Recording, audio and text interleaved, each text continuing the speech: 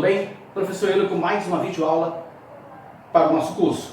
Hoje vamos falar sobre a posição do acento. Posição oxítona, paroxítona ou proparoxítona.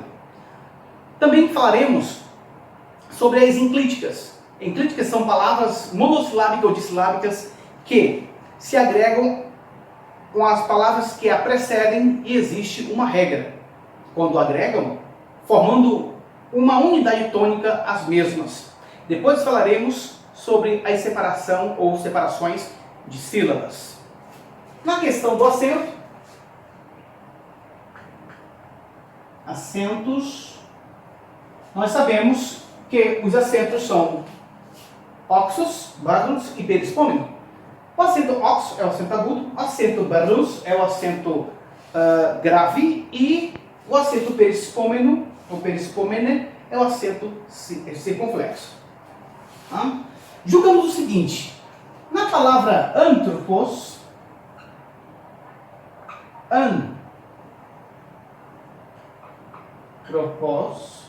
antropos, os dicionários classificam, e nós devemos tomar cuidado, olhar para o dicionário e ver como eles acentuaram a palavra. Então, nosso paradigma sempre vai ser o dicionário. No dicionário você vai ter essa informação aqui. Isso aqui está no caso nominativo. Eles denominam de nominativo porque o grego, nas palavras, na primeira declinação, na segunda declinação, na terceira declinação, ou seja, dos substantivos, adjetivos e outros quesitos, eles têm declinações, eles têm flexões em relação ao gênero masculino, feminino e neutro, singular e plural. E tem as suas flexões dos seus casos. Caso nominativo, caso acusativo, caso genitivo, dativo e também o vocativo. Isto, claro, singular e plural. Neste quesito aqui, pegamos a expressão ou a palavra anthropos, que é um substantivo de segunda declinação, e vamos tentar explicar para vocês da melhor forma. Como julgamos uma acentuação? Os gramáticos colocaram aqui. Mas por que o acento agudo permaneceu nesta sílaba e não nesta sílaba e não nesta aqui? Muitas vezes nós não temos umas regras definidas, aquilo por qual eles fazem as suas decisões. Porém, decidiram colocar o acento aqui, e observamos que o acento agudo só pode permanecer nas três últimas sílabas. O acento agudo pode permanecer na última sílaba, na penúltima sílaba ou na antepenúltima sílaba. Última, penúltima e antepenúltima. E a regra do acento agudo é a seguinte: quando eu tenho uma sílaba breve, sílaba breve, o acento pode permanecer sobre três sílabas, como falei. Na primeira sílaba ele pode permanecer, na segunda sílaba pode permanecer ou na terceira sílaba. Esse acento poderia ficar aqui. Sim, poderia ficar. Também poderia ficar neste aqui, o acento agudo. E os gramáticos decidiram colocar isso aqui. Ok? Quando flexionamos, e vocês vão aprender o que é flexão, para um outro caso chamado caso genitivo, o que ocorre? Este substantivo aqui, ele vai sofrer uma modificação, vai ficar bem assim, ó.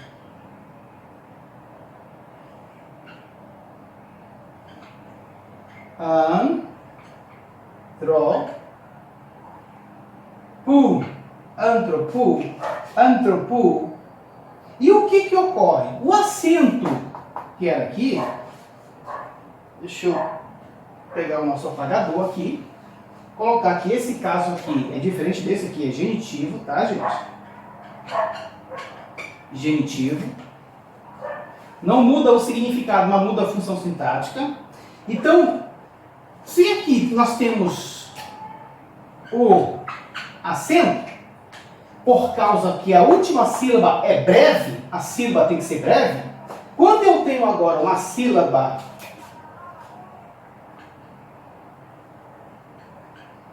longa, agora, se eu colocar no caso genitivo, o substantivo anthropos, genitivo seria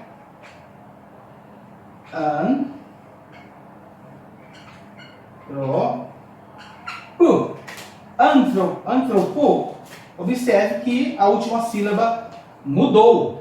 Tá? Nós temos uma diferença na última sílaba, aqui é o, aqui é o. O que ocorre? Quando eu tenho sílaba longa, eu terei a mudança do acento. Se aqui foi acentuado alfa por causa que a última sílaba é uma sílaba breve, tá? Aqui o acento que estava aqui, ele sai daqui e vem para cá, porque a última sílaba é longa. Tá? Então, o que ocorre? Quando eu tenho uma sílaba longa, a sílaba, ou melhor dizendo, o acento pode permanecer sobre a última e sobre a antepenúltima. Tá? Última, penúltima e antepenúltima. A última sendo longa, jamais o acento vai permanecer na antepenúltima. Ou ele permanece na última ou permanece na antepenúltima. É errado eu colocar um acento aqui quando eu tenho uma sílaba longa. No caso aqui, a sílaba breve está perfeitamente. Tá? Sílaba breve pode permanecer na primeira, segunda ou na terceira sílaba. Sílaba longa pode permanecer na primeira, ou seja, no sentido, nesse caso aqui, da última, penúltima e antepenúltima. Eu coloquei nessa ordem aqui para ter a forma mais didática para você, tá? Trabalhando da direita para a esquerda. Então, quando eu tenho uma sílaba longa, o acento não pode permanecer na antepenúltima. Ou ele permanece na última ou na penúltima. No caso aqui, ele vem para cá. Ok? Ele saiu daqui e pula a sílaba e chega no ômega. Está corretíssimo aqui. Tá? Então, dentro desse pressuposto, nós sabemos perfeitamente que quando tem uma sílaba breve, o acento pode permanecer na primeira, segunda ou terceira, última, penúltima ou antepenúltima. Quando tem uma sílaba longa, pode permanecer na primeira, na segunda, ou na última ou antepenúltima. Ou, melhor dizendo, penúltima. Nunca na antepenúltima. Então, isso aqui é a regra do acento. Tá? Uma outra coisa interessante de se observar é a seguinte. Muito interessante. E preste bastante atenção. Quando eu tenho uma sílaba longa,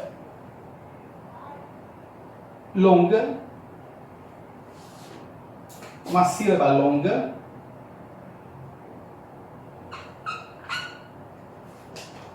e a antepenúltima também é longa, o acento, em vez de ser um acento perispômene, é um acento agudo, como eu já expliquei. Bom, um acento agudo. Isso é muito importante para nós. Agora, uma outra questão interessante. Quando eu tenho a expressão do, acentuado, los. Do los. Ok? Sílaba breve. A sílaba é breve. E os gramáticos decidiram colocar o circunflexo no do. Sílaba breve, ele pode permanecer em três casos, mas nesse caso aqui a sílaba é breve e acentuaram o y aqui no ditongo. Agora, quando eu tenho o mesmo substantivo, dulo, o que ocorre? O acento daqui, tá? Lembrando que o acento, quando tem uma sílaba longa, pode permanecer na última ou antepenúltima, primeira ou segunda. Quando eu tenho uma sílaba longa, o acento perispômeno ou circunflexo não pode permanecer dessa forma. Aí essa é uma das regras. Então o que ocorre? Eu coloco o acento agudo, o acento circunflexo, que pertence a essa palavra, no caso nominativo, ele passa a ser agudo por causa da última sílaba, porque a última sílaba é longa. Ou seja, quando eu tenho duas sílabas longas, o acento que era circunflexo por natureza, nessa palavra aqui, por natureza é circunflexo, por causa da última sílaba, se torna grave. Tá? Quando eu tenho duas sílabas longas. Nesse caso aqui, nós não permanecemos, tá bom? O que ocorre aqui? Que, no primeiro caso, nós temos aqui um acento agudo. Os gramáticos decidiram colocar dulos aqui, um acento circunflexo, porque a palavra termina, dentro desse pressuposto, com ômicron sigma, uma sílaba breve, então fica dulos, dessa forma. Agora, quando eu tenho aqui, nesse caso, que esse caso aqui seria o caso dativo, tá? Lembrando que aqui é nominativo, dulos, dativo, mudou-se a terminação, que é os, aqui agora já é o ômega e o iota subscrito. A acentuação que era perispômena não pode ficar assim, seria considerado errado, então o acento é agudo. Isso é uma das regras que nós temos na língua grega, para que vocês possam entender perfeitamente. Tá? Isso aqui é a posição do acento. O acento pode permanecer na última, na penúltima ou na antepenúltima. Tá? Se a última for breve, pode permanecer em uma das três. Se a última for longa, só pode permanecer na última ou na antepenúltima. Se eu tenho na palavra, no nominativo, um acento circunflexo, tá? Dentro dessa estrutura do nominativo, por causa da sílaba, que a sílaba é breve, tá? Se eu modificar o caso nominativo para o caso dativo e trocar os por ômega e iota subscrito, o acento circunflexo se torna em agudo, porque a última sílaba é longa. Teremos duas sílabas longas. Então isso é muito simples, muito fácil de resolver. Tá bom? Pagamos mais ou menos aqui no nosso quadro. Vamos agora para algumas questões interessantes em relação às enclíticas. Enclíticas também se fala de palavras que perdem o seu acento por causa de algumas regras que iremos apresentar. E aqui está no nosso esboço as seguintes questões, né, das enclíticas e suas observações. Tá? Aqui diz, uma enclítica ou uma enclítica é a palavra que sempre que possível perde seu acento. Todavia, é pronunciada junto com a palavra precedente. Aqui nós temos Theos, Estim, Agathos, ou seja, Deus é amor.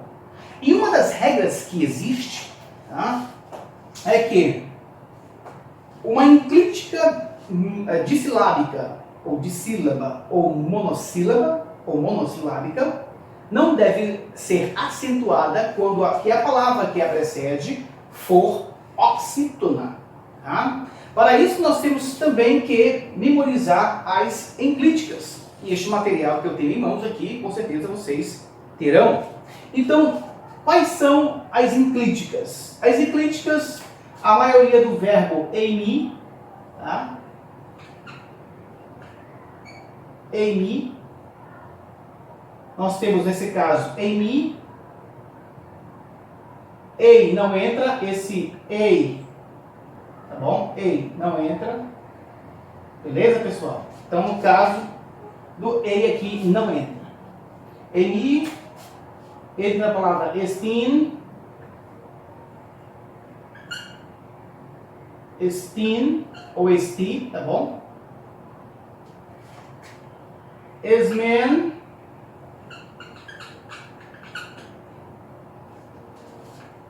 Este e ei. Sim.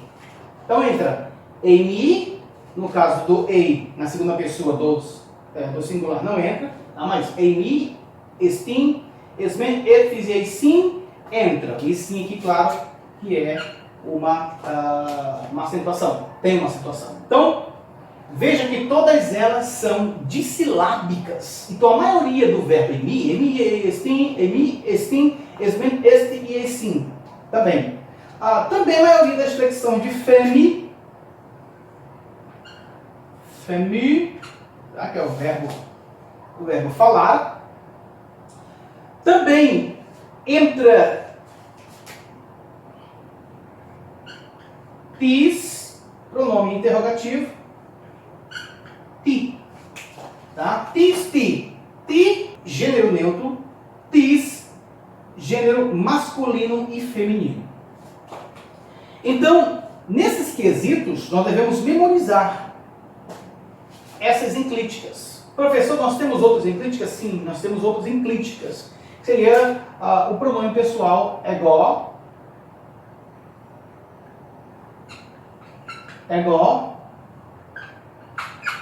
emi, emu, eu, emoi. Ego, emi, emu, emoi. Tá? Emi, estim, esmen, este, eisim, femi, tis, ti. Aqui são as principais que nós temos em relação às enclíticas. Então, memorize isso aqui, porque isso aqui é muito importante, que aparecerá nas escrituras. E quando vocês forem escrever em grego, vocês devem perceber perfeitamente essas enclíticas, se elas vão perder o acento ou não. Agora, nós teremos aqui as regras de acentuar isso aqui. Tá bom? Pagaremos quadro e nós temos as regras de acentuação. Uma das primeiras regras que nós temos é: não se acentua uma enclítica, quer monossilábica ou dissilábica, se a palavra que a precede for oxítona ou um perissônio. Vamos utilizar uma palavra agora, expressão Rotheos, estim, vamos colocar com acento, tá? Rotheos estim. Quando nós temos Rotheos estim, aqui é classificado como uma enclítica. Ela é dissilábica, porque tem duas sílabas. Tá? Ela é acentuada na última sílaba também. Então, o que eu tenho? A regra que eu tenho. Quando eu tenho, na verdade, theos aqui, tem um acento dessa forma aqui. Tá bom? Um caso natural. Perfeito? Então, o que ocorre? Quando eu tenho uma enclítica dissilábica ou monossilábica, e quando ela é precedida por uma palavra que é oxítona, aqui é oxítona, theos. Palavra oxítona, não é natural acentuar a enclítica. E o acento de theos, ou assim, o acento da palavra que a precede, fica um acento agudo. Ok? Então a enclítica ela é dissilábica, tinha acento aqui, ela não deve ser acentuada porque a palavra que a precede é oxítona. Então, nesse caso aqui, é interessante. Tá? Da mesma forma, vocês vão estar vendo aí na tela em relação às oxítonas. Observem na tela, estou aumentando para vocês. Tá? Aqui tem uma palavra maior, né? Ou seja, uma construção maior, theos, estin, agathos. Tá? Theos, estin, agathos. Ou seja, aqui é Deus é bom. No quadro, aqui nós temos Deus existe.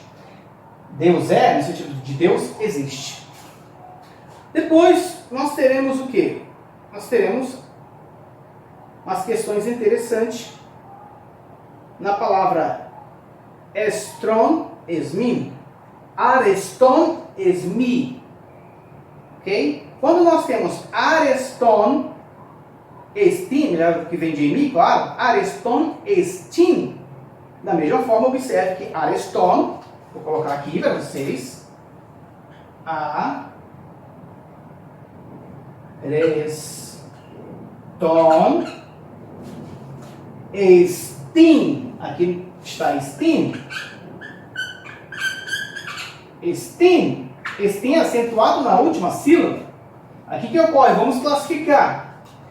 Areston é também oxítona. Se for oxítona, a minha enclítica dissilábica não pode haver acento.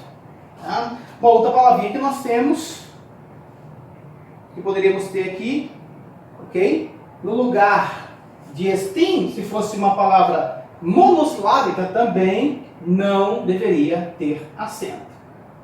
Agora vamos para a regra de número 2.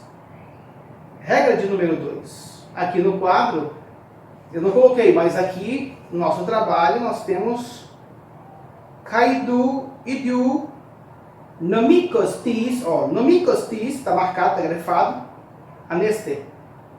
Ou seja, nomikos é oxítona. Tis é a nossa enclítica dissilábica, é monossilábica.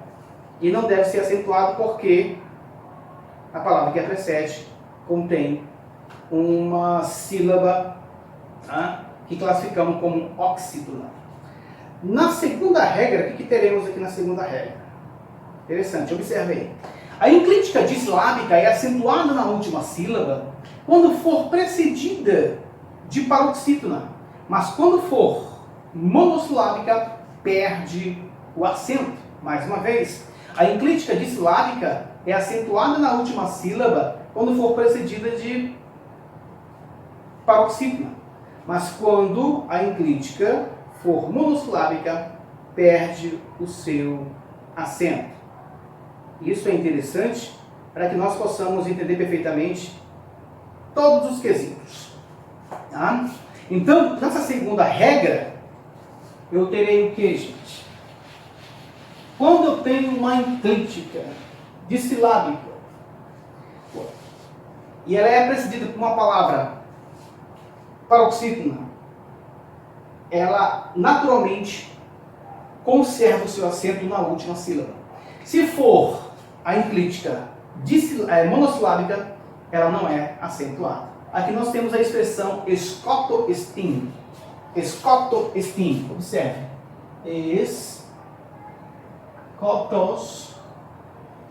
Escotos-estim.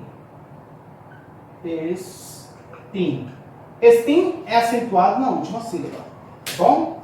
Por que deve ser acentuado na última sílaba? Justamente porque eu tenho, vamos classificar, tá? Oxítona, paroxítona. Tá? Oxítona e paroxítona. A minha enclítica ela é dissilábica. E a acentuação dela naturalmente é aqui. Mas ela permanece com acento por quê? Porque a minha classificação da palavra que a precede, ela é uma paroxítona. Oxítona, paroxítona. Ou seja, aqui seria paroxítona. Sendo paroxítona, eu acentuo a minha enclítica na última sílaba. Ou seja, a enclítica que já tem um acento aqui, ela não perde o seu acento. Ela permanece com o seu acento, visto que a paroxítona é acentuada. Ok? Agora, se nós tivéssemos uma outra palavrinha, que é o que eu coloquei aí na tela para vocês, profetes, vamos lá, profetes.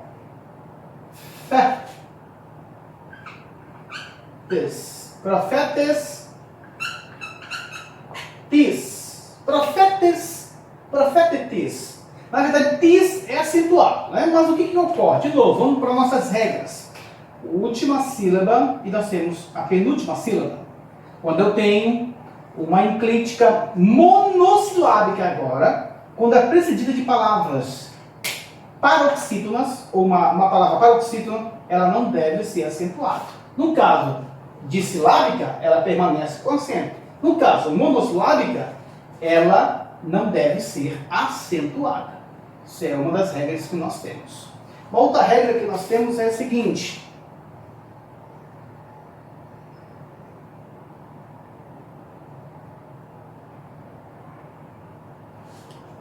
Terceira regra. Após uma proparoxítona ou paroxítona, uma enclítica transfere o seu acento agudo para a palavra que a precede, sobre a sílaba final. Aí nós temos a expressão anthropostis en. Anthropostis en. Observe a seguinte situação. A outra regrinha que vamos trabalhar. Observe a situação. Anthropostis en. Anthropostis en. O que nós temos aqui? Quando eu tenho uma enclítica monossilábica ou dissilábica, ela vai transferir o seu acento para a última sílaba. Para transferir o seu acento para a última sílaba, eu devo classificar o quê? Se eu tenho, claro que eu tenho 3 sílabas, primeira sílaba, segunda sílaba, terceira sílaba, ou seja, última, penúltima e antepenúltima. A antepenúltima, ela é acentuada e vamos classificar oxítona, paroxítona e proparoxítona. Quando eu tenho a enclítica e ela é precedida de uma paroxítona ou proparoxítona, no caso aqui nós temos proparoxítona, esse acento que está aqui vai para a última sílaba. Ou seja, esta palavra anthropos permanece com 2 acentos.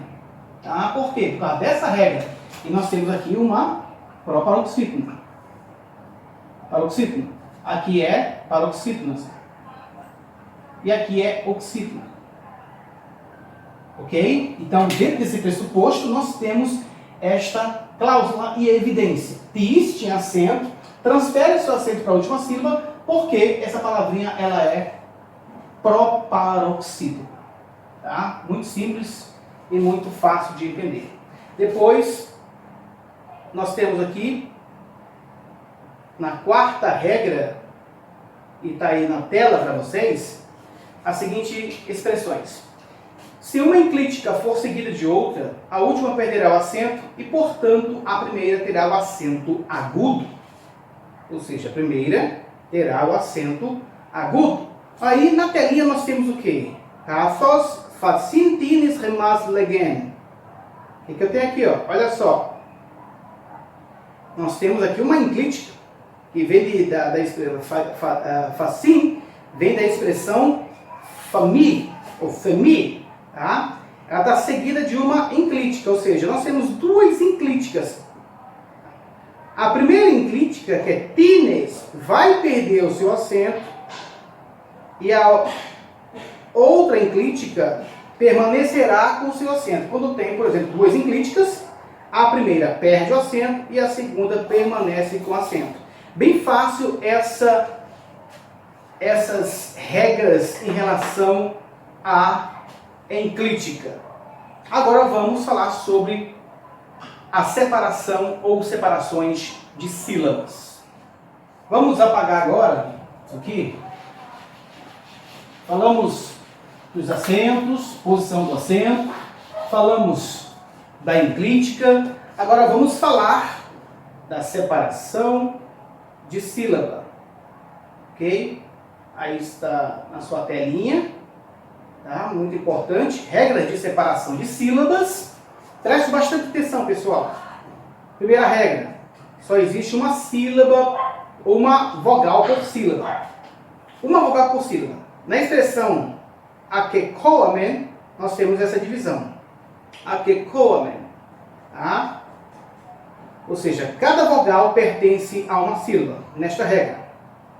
Na segunda regra, visto que é bem simples, tá, pessoal? Na segunda regra, o que nós temos? Nós temos o seguinte. No caso do ditongo, se considera como uma única sílaba, pois não pode haver separação de sílaba em um ditongo. No caso aqui, a primeira sílaba, ruios, vamos separar no ditongo. Rui. Rui é um ditongo. Não pode haver separação entre o y e o iota. Tá? Então, nós temos aqui um substantivo dissilábico e a separação de sílabas se daria em rui, depois os. Na terceira, preste bastante atenção nisso aqui. Isso aqui é muito importante. Se houver no ditongo um sinal chamado diérese, que esse sinalzinho aqui, eu estou marcando para vocês, diérese, indica que ali não há um ditongo. Exemplo, na palavra Moisés. Moisés, nós temos um diérese. Vamos separar, ficaria Mo-U-Sés. Mesmo aqui nós teríamos percebido o ditongo, mas o sinal diérese indica que aqui não há ditongo. E se não há ditongo, eu devo fazer essa separação de sílabas. Viu que é bem simples? Na quarta regra nós temos uma única consoante sozinha acompanha a vogal que segue. Ou seja, nós temos a feaçametha, separamos, ou efeaçametha, separamos,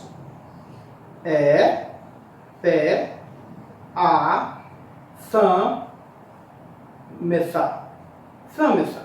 Opa, vamos colocar aqui, Sametha, ok? Uma única consoante sozinha acompanha a vogal que segue. Observe que cada consoante, essa consoante acompanhou essa vogal, porque ela está sozinha, essa consoante acompanhou essa vogal porque ela está sozinha, e também essas duas. Na quinta regra, o que nós temos na quinta regra? Se duas ou mais consoantes que não pode iniciar uma palavra dividida e a primeira consoante acompanha a vogal que precede. Nós temos a expressão martus, martus, martus. O que ocorre? Na separação mar, eu separo tus. Por quê? Eu não posso fazer isso aqui, gente. Eu não posso fazer isso aqui. Por quê? Porque o ro e o tal não pode iniciar uma palavra. Professor, como é que o senhor sabe isso? É só vocês observarem no léxico. Vocês pegam o léxico, né, e vocês vão perceber perfeitamente que não pode, o ro e o tal, não se inicia uma sílaba. Tá? O ro e o tal não se inicia uma sílaba. Então, o que eu faço? Uma separação de sílabas. Voltamos para cá. Ó, aí ficaria assim a correta. Mar, separo e coloco tus. Bom? Viu como é simples? A sexta regra que nós temos. Sexta. De duas ou mais consoantes que podem iniciar uma palavra, acompanha a vogal seguinte. Nós temos a expressão pneuma. Pneuma, e separa pneuma. Tá? Viu, pessoal, como é simples? Viu? Pneuma. Pneuma. Ou seja, nós temos uma consoante que é o pi e o ni. Eles podem iniciar uma palavra. Então, se eles podem iniciar uma palavra, não se separam. No caso do ro e o tal, eles não podem iniciar uma palavra, eles se separam. Tá? Então, pneuma, pi, ne. Eu coloco u porque o ditongo não separa, fica uma só palavra. Pneu, aí coloco ma, como vocês estão vendo aqui na tela. Ok? Pneuma, quer dizer espírito. E a sétima regra, o que nós temos? As consoantes chamadas germinadas, né, ou duplas, se separam numa sílaba. A palavra borras, borras. Observe, gente, borras. Se separa, tá? Vamos lá. Para cá, para a lousa agora. Consoantes germinadas. Ou duplas, melhor dizendo. Consoantes duplas. No caso aqui é uma germinada. Eu tenho dois lambda. Tá? Eu poderia ter dois ro.